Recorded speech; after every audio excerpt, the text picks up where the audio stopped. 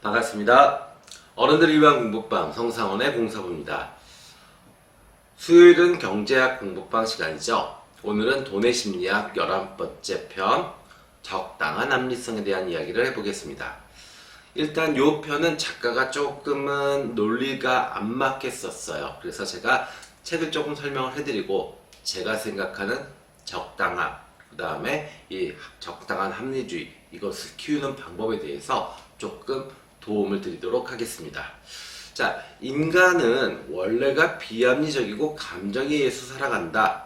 제가 매번 강조하는 이야기입니다. 맞아요. 그렇기 때문에 냉정하고 이성적인 그런 판단을 통한 투자나 경제활동은 사실 불가능하다. 그렇기 때문에 적당한 합리주의로 경제활동을 하자. 이겁니다. 자, 그런데 이 적당함도 어렵고 합리주의도 어렵습니다. 그죠? 네. 그것만 된다 그러면 아무 고민 없죠. 맞죠? 그래서 여러분들이 이 적당함과 합리주의를 키우시려고 그러면요. 일단은 너무 이성적인 것에 집착하실 필요가 없다. 왜? 특히나 비즈니스를 하거나 투자를 할 때 보면 아주 원대하고 크고 아주 세밀한 계획들을 세우려고 해요. 그것들이 어떤 전체 계획을 나의 어떤 하루하루 일정을 너무 빡빡하고 힘들게 만듭니다. 그러면 어떻게 돼요? 금방 지치게 돼요.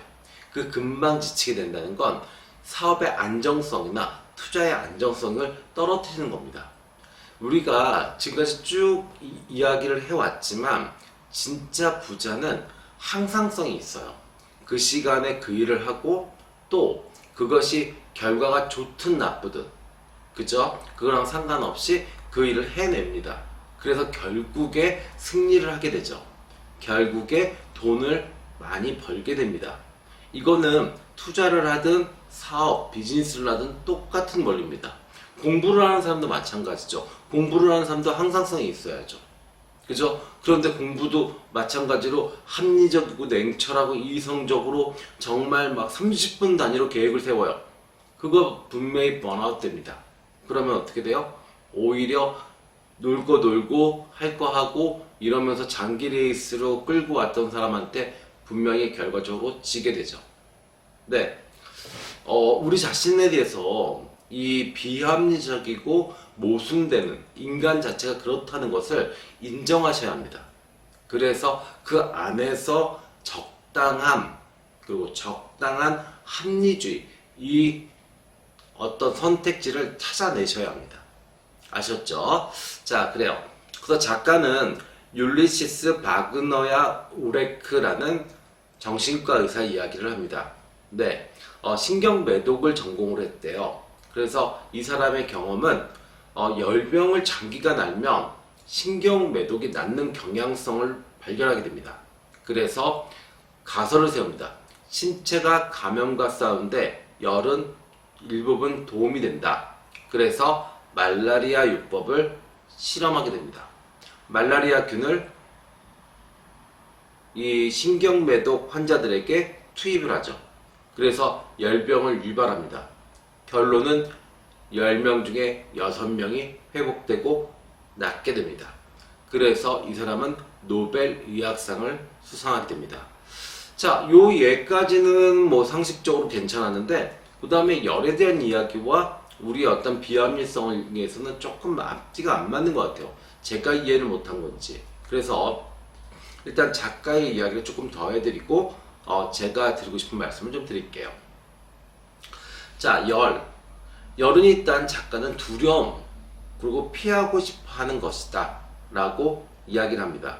우리가 지금도 그렇죠. 근데 예전 같으면 더 하죠. 의학이 발달하지 못했고 그 다음에 어떤 정보가 부족할 때는 이 열에 대한 두려움이 더 컸습니다. 그래서 무조건 피하고 내려야 된다. 뭐 이렇게 생각을 했는데 결론적으로 따지면 신체가 회복되는 과정이다, 열은. 그죠? 네. 그리고 일부 바이러스는 1도만, 우리의 체온이 1도만 올라가도 복제 속도가 200배 느려진다. 네. 지금 코로나 바이러스도 박쥐한테 왔잖아요. 근데 박쥐는 너무나도 건강하게 돌아다니잖아요. 그죠? 그럼 그 박쥐는 왜 그럴까요? 박쥐의 체온이 최대 40도까지 올라가니까 그래요. 그러니까 그 녀석들은 우리보다 체온이 2, 3도 이상 높은 겁니다, 항상. 네, 그렇기 때문에 그 바이러스들을 다 끌어안고 살면서도 건강하게 사는 거죠. 그래서 작가는 인간이 합리적이다라고 하면 이렇게 열을 두려워하지 않고, 그리고 열이 바이러스나 어떤 균 이런 것들과 싸우는 과정을 기다려 줄 것이다. 그러나 인간은 비합리적이고, 그리고 적당한 합리성을 추구하기 때문에 그 열을 떨어뜨리기 위해서 치료를 받는다. 뭐 이렇게 이야기를 합니다. 그래서 그것이 더 옳다 그르다라는 얘기는 안 해요. 그냥 이렇다라고 이야기합니다. 자, 또 이야기합니다. 해리 마르코비치라는 그 수학자 이야기를 해요. 리스크와 수익률의 교환 관계에 대해서 연구해서 이 또한 노벨상을 받았는데, 이 사람의 인터뷰를 통해서 두 가지 적당한 합리성에 대한 이야기를 끌어냅니다. 미래의 후회를 최소화하는 것, 그 다음에 이렇게 해도 괜찮다라는 것. 근데 요것도 사실 조금 말이 안 맞아요. 네, 예로서 쓰기가 조금 안 좋아요. 그래서 그거는 필요 없습니다, 지금. 자, 그러면 아까 제가 시작할 때 말씀드렸죠. 적당한 합리성이 왜 중요하냐. 결국 돈이나 사업이나 모든 부분이 결국에 꾸준히 하는 게 중요하다. 근데 이 이성적이고 냉철하고 타이트한 어떤 계획은 결국 어떻게 되냐? 오래 가지 못하게 한다. 금방 번아웃하게 한다. 이렇게 말씀드렸어요. 그죠? 자, 그 다음에 적당한 합리성을 키울 수 있는 방법에 대해서 제가 좀 조언을 드릴게요. 첫 번째, 너무 꼼꼼한 계획, 그 다음에 너무 큰 결과 예측은 하지 마라. 네, 뭐든지 이렇게 빡빡하고 올인하려고 합니다. 네, 투자도 마찬가지고요. 그 다음에 경제활동, 뭐 사업을 해도 마찬가지고 장사를 해도 마찬가지예요. 이렇게 꼼꼼하고 퍼펙트하게, 그리고 대박이 나는 것에 대한 예측을 합니다. 그러면 안 돼요. 네, 최소한 30% 정도의 자금 뒤로 빼놓고요. 최소한 30% 정도의 나의 시간을 뒤로 빼놓고요. 그래야 변수에 대응을 할 수 있습니다. 적당한 합리성의 가장 큰 매력이 무엇이냐면, 적당한 합리성을 갖고 있는 사람들은 여유가 있습니다. 그 여유의 상태가 돼야지 유기적으로 대응할 수 있어요. 빠른 변화에 대응할 수 있습니다. 맞죠? 네. 이게 장사든 사업이든 한번 셋업을 해놓잖아요. 그럼 바꾸기가 너무 어렵습니다. 심지어는 폐업도 어려워요. 그렇기 때문에 이 여유, 그 다음에 어떤 변화 가능성, 이런 것들을 항상 뒷공간에 남겨두셔야 합니다. 아셨죠? 자, 그다음에 두 번째요. 작은 실패를 통해서 큰 성공을 꿈꿔라. 무슨 얘기냐면요. 이 적당함, 그 다음에 적당한 합리성, 이거는 사실 책에서 배울 수 없어요. 이거는 경험을 통한 직관과 통찰을 통해서 만들어지는 겁니다. 그러니까 자꾸 작은 실패를 하셔야 돼요. 경험을 하셔야 됩니다. 투자도 마찬가지고요. 사업도 마찬가지고요. 내가 내 사업을 하지 않는다 그러면 그 사업체에 가서 일을 하셔야죠. 한 군데 가서 일하시면 안 되죠. 여러 군데 가서 일해봐야죠. 예를 들어서 삼겹살집 하겠다. 그러면 주방 같은 데 들어가서 일해봐야죠. 예, 한 집에서 일하시면 안 되죠. 대박나는 집도 가보고 쪽밥집도 가보고, 네, 꼭 하면은 꼭 좋은데, 이성적이고 자꾸 이렇게 뭔가 근사한 걸 생각하면 꼭 좋은 것만 가요. 네, 그러면 안 돼요. 아셨죠? 그래서 이렇게 작은 실패를 통해서 경험을 쌓고, 그 경험이 결국에는 직관과 통찰을 만들고, 그럼 그 직관과 통찰이 그 적당한, 그 중도, 예, 중용의 상태를 선택할 수 있게 만듭니다. 아셨죠? 자, 그 다음에 작가가 이야기했던 감정이 이끄는 것, 예, 그 장도 있습니다. 네, 감정이 이끄는 것을 인정하자. 네, 그거 맞습니다. 좋아하는 분야, 끌리는 분야, 잘 아는 분야 거기에 투자하고 사업하는 거 맞죠? 왜? 더 많이 한다는 건 좋아서 많이 하는 것도 있고 또 많이 한다는 건 전체 흐름을 알 수도 있죠. 그렇기 때문에 내가 일희일비하지 않고 좀 더 버틸 수 있죠. 맞죠? 인생 생각보다 깁니다. 투자 생각보다 길게 하셔야 해요. 그래야 돈 버는 거니까요.